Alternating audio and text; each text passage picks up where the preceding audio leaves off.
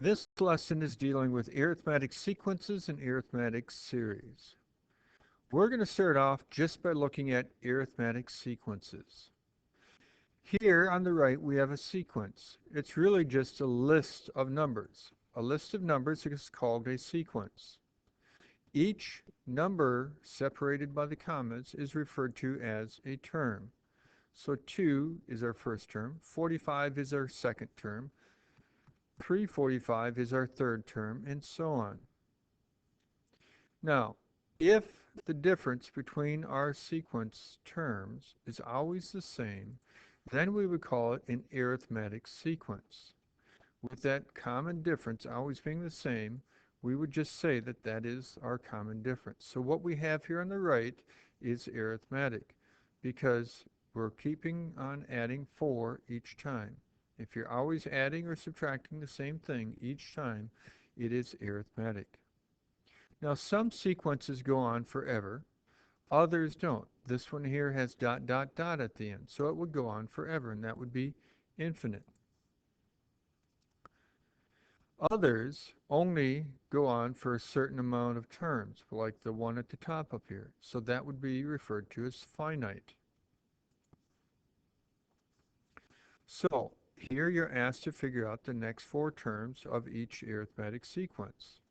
Well, looking at your pattern, you can see that you go up by 2, you're adding 2, so we're adding 2 each time. So to figure out the next term, we take -4 and we add 2. Take our -2 and add 2. Take our 0 and add 2. Add our 2 on the 2. And so then we get our next 4 terms. This one over here, or by the way, our common difference here would be a +2. Over here, you'll notice you're going down by 3 each time. Our common difference is -3. So to find the next terms, you take your 4 and subtract 3. Then take your 1, subtract 3. Take your -2 and subtract 3. And then take your -5 and subtract 3. So we end up getting the next 4 terms. Now, there is a formula that we can use for arithmetic sequence. It helps us find a particular term without having to list them all the way out. Because on the last ones, if we had to find the 100th term, it would not be fun to actually list out all first 99 before we could get to our 100th one. This formula would allow you to get to any particular term, assuming you knew A1, which is your first term, N, which is the position you're looking for, like if you're looking for your 100th term, and D is that common difference. So as we look here at the problem that we had before, we're going to just plug stuff in here. A1 is your first term, and that was -8.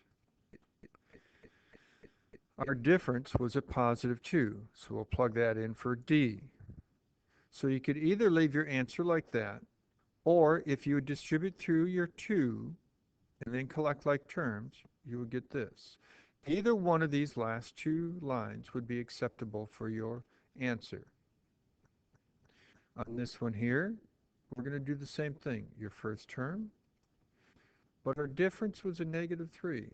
So we need to put our difference of -3 in parentheses.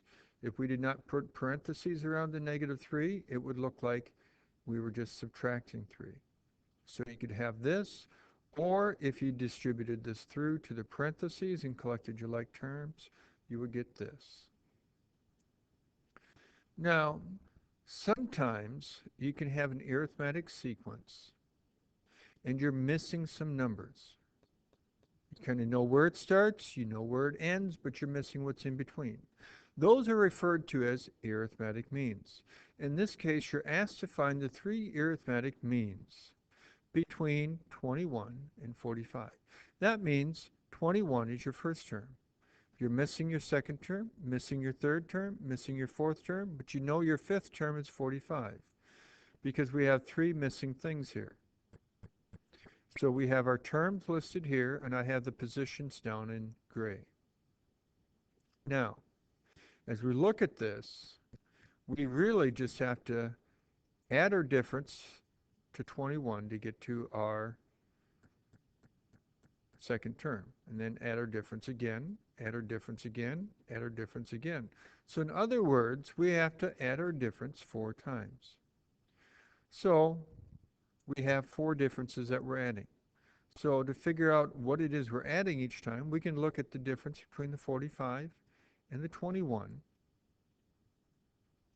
and then divide it by 4 because we had 4 of the differences that we were using. So in other words, we can just add 6 each time, and that helps us out. So 21 plus 6 is our first mean. So this is 27 here. 27 plus 6 is our next mean. Then our 33 plus 6 is our last mean. By the way, our 3 means are 27, 33, 39. You could double check to see if you're right, because if you have your 39 here in the 4th position and you would add 6, it should give you this last number, which it does. So that's how you can check to see if you're right.